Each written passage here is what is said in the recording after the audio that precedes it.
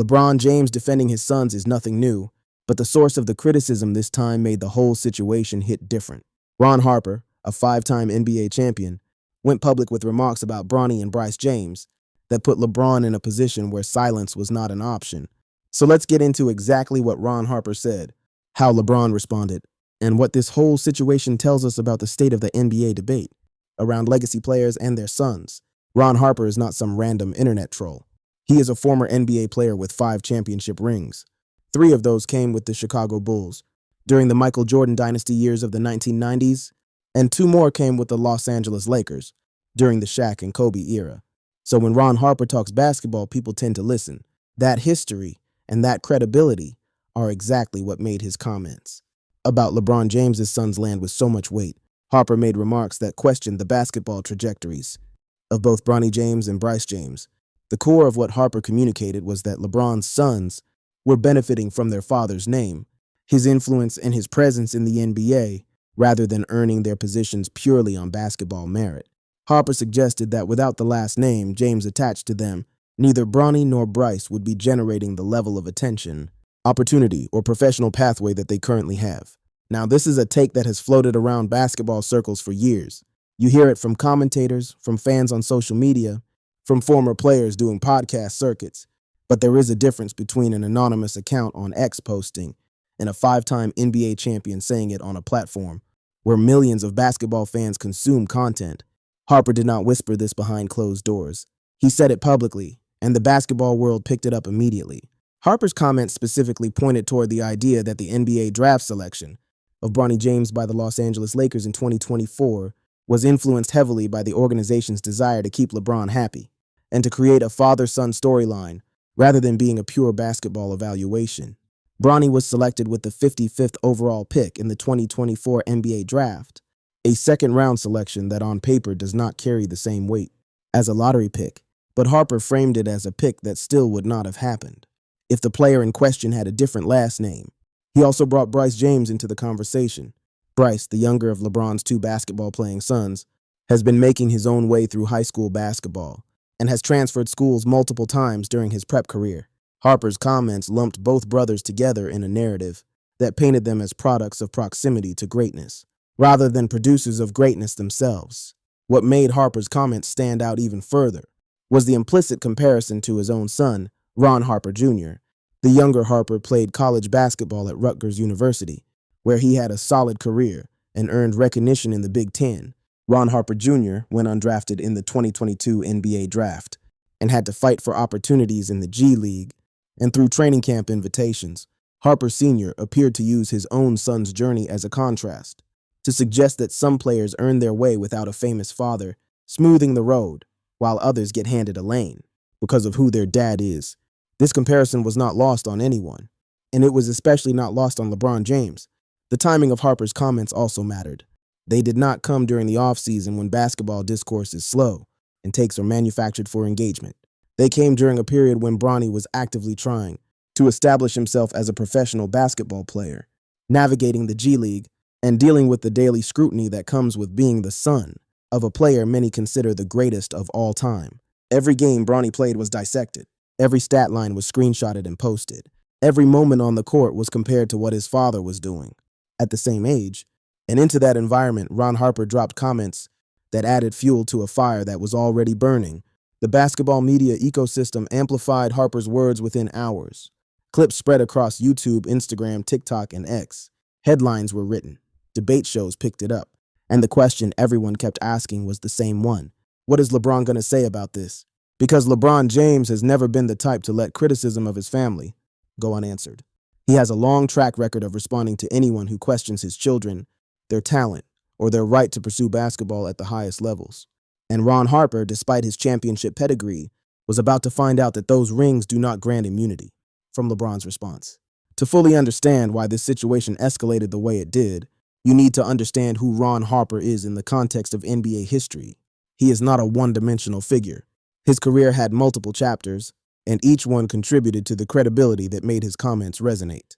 Ron Harper entered the NBA in 1986, when the Cleveland Cavaliers selected him with the 8th overall pick. In his early years, Harper was a scorer. He averaged over 22 points per game in his second season and was considered one of the more dynamic young guards in the league. He had athleticism, he could get to the basket, and he played with an aggression that earned him respect around the league. But injuries changed the trajectory of his career. A serious knee injury forced Harper to adapt his game. He went from being a primary scorer to becoming a role player, a defender, and a glue guy. That transformation is what ultimately led him to championship success. When he joined the Chicago Bulls in 1994, he accepted a role alongside Michael Jordan, Scottie Pippen, and Dennis Rodman that required him to sacrifice individual statistics for team success. He did it, and he won 3 consecutive championships. From 1996 to 1998, after Chicago, Harper moved to the Los Angeles Lakers, where he joined another super team featuring Shaquille O'Neal and Kobe Bryant.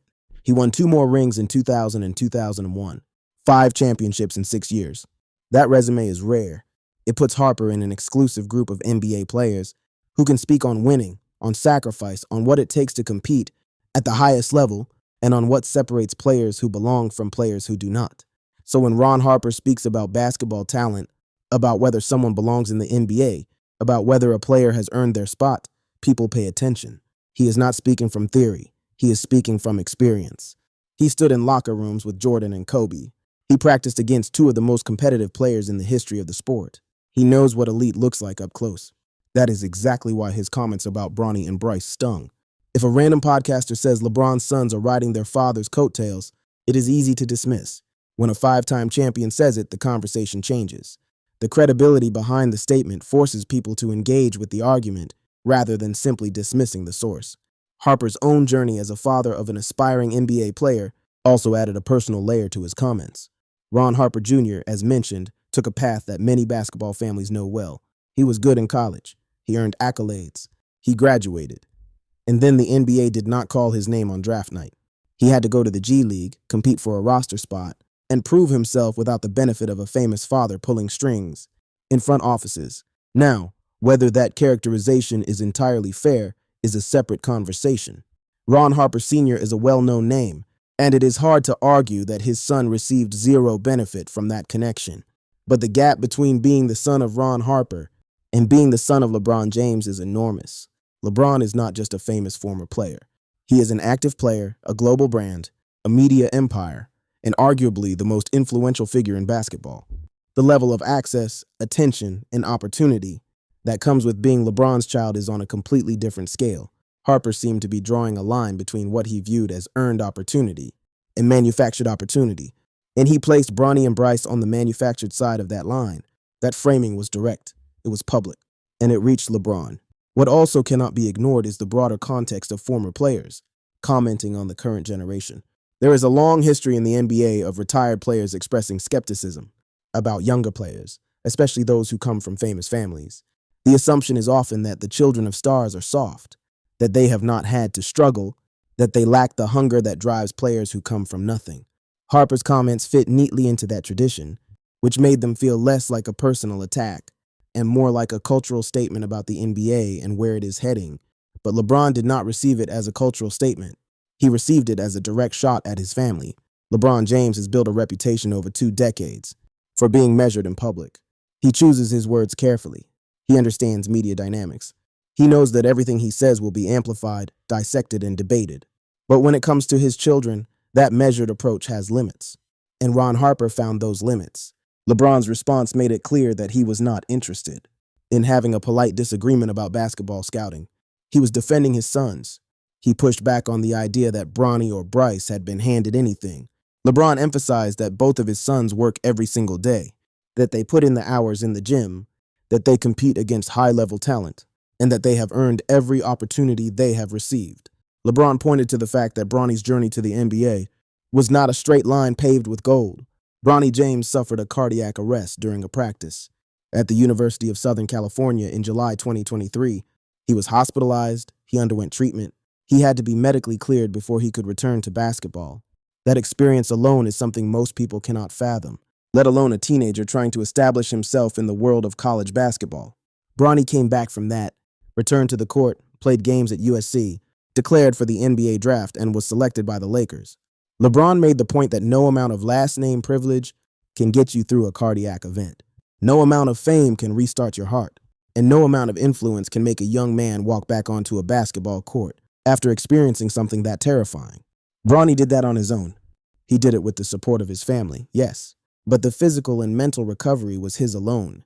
LeBron also addressed the broader criticism that his sons have not proven themselves. He acknowledged that Bronny is early in his professional career, and that the results on the court will speak for themselves over time. He did not claim that Bronny was already an all-star, or that Bryce was destined for the lottery. What he pushed back on was the dismissal, the idea that his sons are nothing more than famous last names, with basketball shoes. That characterization, LeBron made clear, was unacceptable. He also did not shy away from the personal nature of Harper's comments. LeBron addressed the fact that Harper is a former player who should understand the difficulty of the NBA path better than most. He questioned why a fellow basketball father would choose to publicly tear down someone else's children rather than lifting them up or simply staying out of it. LeBron suggested that Harper's comparison between his own son's journey and Bronny's journey was unfair and unnecessary, and that both young men were dealing with their own challenges in their own ways. There was also an element of LeBron's response that addressed the concept of nepotism in the NBA more broadly. LeBron has been open about the fact that he wanted to play alongside his son. He stated that goal publicly years before it happened.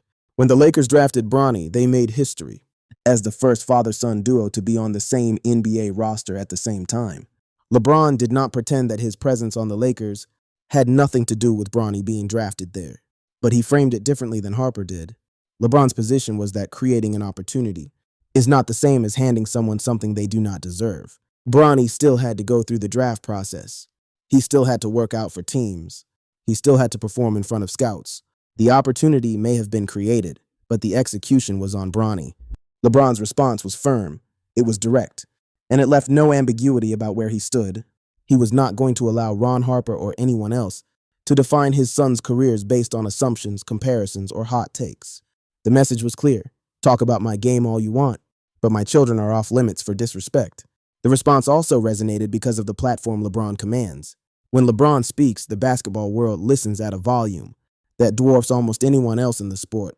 His words reached far more people than Harper's original comments did, and the framing shifted from Harper raises valid questions about nepotism to LeBron defends his family against unfair attacks. Whether intentional or not, LeBron controlled the narrative within hours of his response going public. Stepping back from the personal conflict between LeBron and Harper, it is worth examining what Bronny and Bryce James have actually done on the basketball court, because the debate around them often generates more heat than light, and the facts of their careers tend to get lost in the noise. Bronny James attended Sierra Canyon School in Los Angeles, one of the most high-profile basketball programs in the country. He played alongside other top recruits and was a McDonald's All-American nominee. His high school career was solid. He was ranked as a 4-star recruit, which placed him among the top players in his class, but not at the very top. He was not the #1 recruit in the country. He was not projected as a one-and-done lottery pick. His ranking reflected a player with real talent, good tools, and room for development.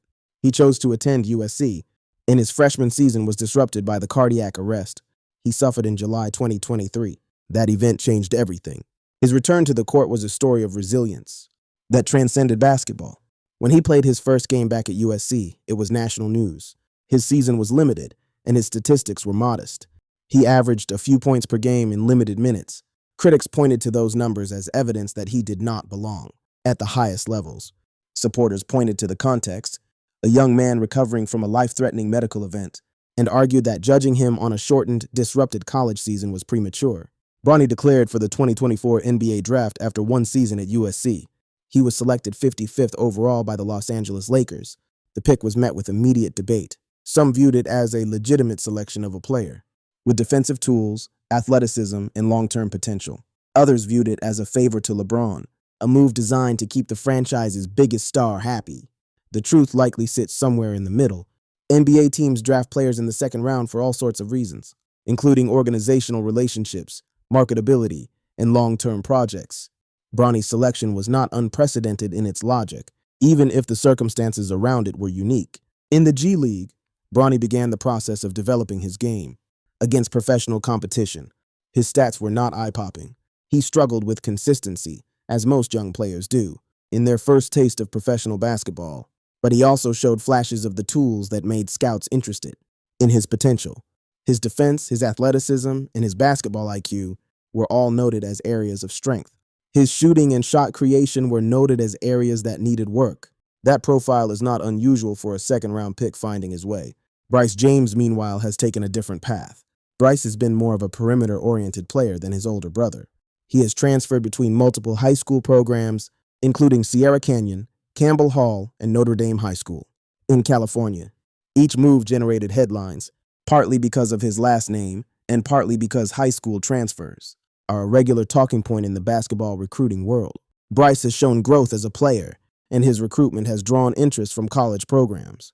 His development trajectory is still in its early stages, and projecting where he will end up is premature. What is fair to say about both Bronny and Bryce is that they are young players navigating basketball careers under a level of scrutiny that no other basketball family in history has faced. Every other son of a famous NBA player, from the children of Del Curry to the children of Tim Hardaway to the children of Gary Payton, faced comparisons and expectations. But none of them had a father who was simultaneously active in the league, globally famous at the level LeBron is, and the subject of a daily content machine that turns every development into a news cycle. That does not mean Bronny and Bryce are immune from criticism. Basketball is a meritocracy at the professional level. If you cannot play, you will not stick around. No amount of fame can sustain an NBA career if the player cannot contribute on the court. Bronny will ultimately be judged by his performance over the course of years, not months, and Bryce will be judged the same way as he progresses through his career.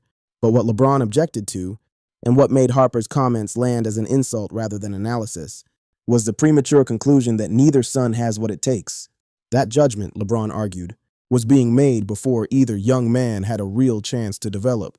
The statistical reality is that most second-round picks do not become stars. Many do not even make an NBA roster long-term, but some do. Players like Nikola Jokic, who was drafted 41st overall, and Malcolm Brogdon, who was drafted 36th overall, were second-round picks who became significant NBA players. The draft position does not define the career. The work after the draft does. And LeBron's position is that Bronny deserves the time and space to put in that work. The clash between LeBron and Ron Harper did not exist in a vacuum. It tapped into one of the most persistent debates in professional sports, the role of family connections, legacy, and privilege in determining who gets opportunities and who does not.